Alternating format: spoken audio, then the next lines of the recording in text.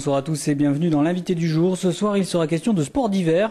En effet, la semaine dernière, une délégation d'anciens sportifs était de passage à Toulouse pour faire la promotion d'Annecy, car cette ville se porte candidate pour organiser les Jeux Olympiques de 2018.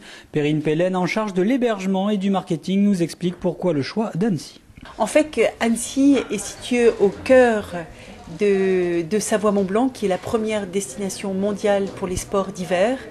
Donc, en fait, on propose un concept de Jeux Olympiques, une candidature placée au cœur des montagnes. Et la particularité, en fait, c'est une candidature qui est portée par les champions et pour les champions. On sait qu'il est très important pour le comité international olympique qui va être amené à voter que cette candidature soit vraiment conçue pour les athlètes, parce que véritablement c'est les athlètes qui sont importants. Donc d'où cette équipe organisée autour d'Edgar Gros-Piron, qui en est le directeur général, et qui a autour de lui des champions qui ne sont pas simplement ici autour de lui pour faire de la représentation, mais véritablement impliqués sur des questions techniques. Le dispositif est prévu autour de deux pôles. Le pôle de Chamonix-Mont-Blanc qui va accueillir les épreuves de hockey et de ski alpin. Et puis d'Annecy, qui accueillera les épreuves de patinage et de ski nordique et de ski freestyle sur ces montagnes aux alentours. Et puis entre les deux, donc Annecy et Chamonix sont situés à environ 1 heure de voiture, mais entre les deux, donc circulera également un train, le train des Jeux, qui sera développé pour l'occasion, dont la ligne ferroviaire existe, mais l'idée c'est de profiter des Jeux Olympiques pour l'améliorer, et que ce projet surtout, que ce soit l'occasion en fait de développer le territoire et de l'aménager, et en quelque sorte que ce projet soit pour la région Savoie-Mont-Blanc la voie qu'il puisse ouvrir la voie de la montagne du XXIe siècle, en faire une montagne plus exemplaire sur le plan environnemental, plus accueillante, plus sportive et plus accessible. J'ai en fait eu la chance de participer à des Jeux Olympiques en tant qu'athlète.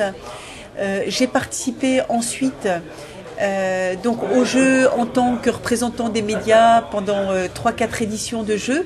Et puis j'ai aussi eu la très grande chance d'être impliquée dans l'organisation des Jeux Olympiques d'Albertville, où là j'étais en fait responsable des villages olympiques.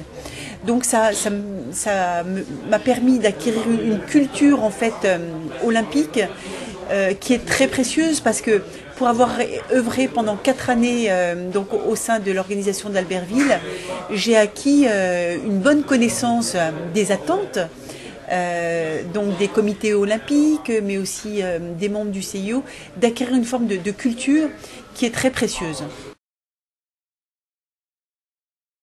L'idée, c'est de faire de cette candidature, comme je disais, un projet structurant et qui permette notamment d'accélérer les infrastructures en matière de transport. Ça va être le cas, par exemple, avec le train.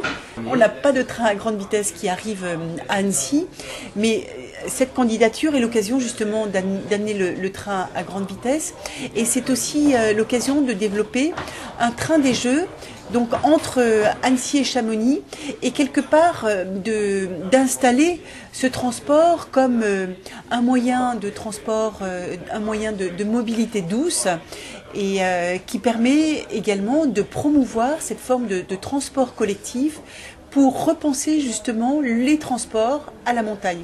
C'est aussi un autre projet qui est le projet Éco-Station, qui est un projet donc qui a été attribué, c'est un projet européen que nous menons conjointement avec la Suisse, et qui permettra notamment de définir quel est le modèle de station idéal, et ensuite de pouvoir créer un kit éco-station susceptible d'être approprié par d'autres stations de ski. Voilà, ça c'est une forme d'héritage qui permet véritablement de nous mettre sur la voie de la montagne du XXIe siècle et sur le plan environnemental. La prochaine étape, c'est une étape très importante qui est le 11 janvier avec la remise du dossier de candidature, ce qu'on appelle le bid book. une remise qui sera officiellement faite à Lausanne. Ensuite, une étape qui est aussi très importante que nous préparons d'ores et déjà, c'est la visite de la commission d'évaluation qui va venir prendre connaissance du territoire et du dossier. Et ça se déroulera du 7 au 13 février. Et puis enfin, la date clé qui est le 6 juillet 2011, qui sera la date du vote à Durban en Afrique du Sud.